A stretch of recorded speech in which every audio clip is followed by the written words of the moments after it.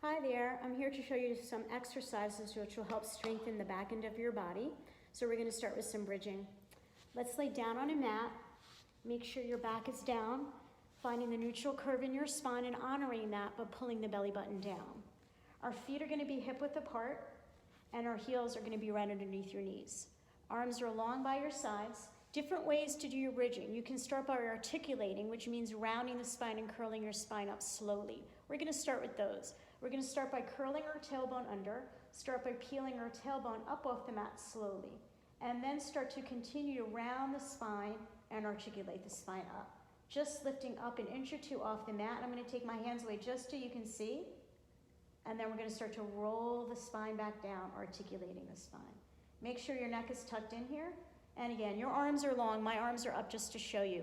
You're going to start by curling the tailbone under, and I'm going to start to lift my spine up that way. It's nice and slow. Imagine each bone in your back is peeling up off the mat, curving the belly in, and just gently lifting and pressing into the feet. And again, not a big lift, just a little lift, and then articulate the spine back down, bone by bone by bone. That's one way of doing your bridging. Another way of doing your bridging is just picking those hips up straight up and straight down. All right, I'm going to lift my arms up so you can see the difference. Just straight up and straight down. So it's not an articulation of the spine, it's lifting my hips straight up and straight down. Now again, if you notice I'm not coming up very high, and you don't need to come high for the exercise to be effective. Come up and down. Now other options are to lift one foot off the mat, place it back down, and then lift the other foot off the mat and place it back down. Make sure you're not feeling any pain or tension in your neck, keeping the upper back down and heavy. You can also take one leg up and hold it up, and then just do your bridging that way, up and down, with one foot lifted and all the way to one side. Now when you do this, make sure those hip bones are squared, that you're not dropping one hip bone down or lifting one up. You can also add on by lifting those hips up and then lowering and lifting that leg up and down, nice and slow. I want you to imagine as you lower that leg, you're actually kind of lifting the hips up a little higher, pressing heavy into the supporting leg.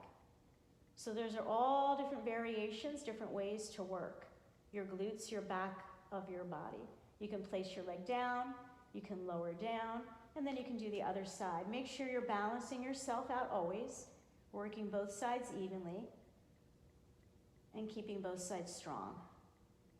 You can hold those hips up, and again, lower that leg down, and lift that leg up, keeping my hips up and pressing heavy into my supporting leg. And then articulate, or just bring those hips down bone by bone by bone.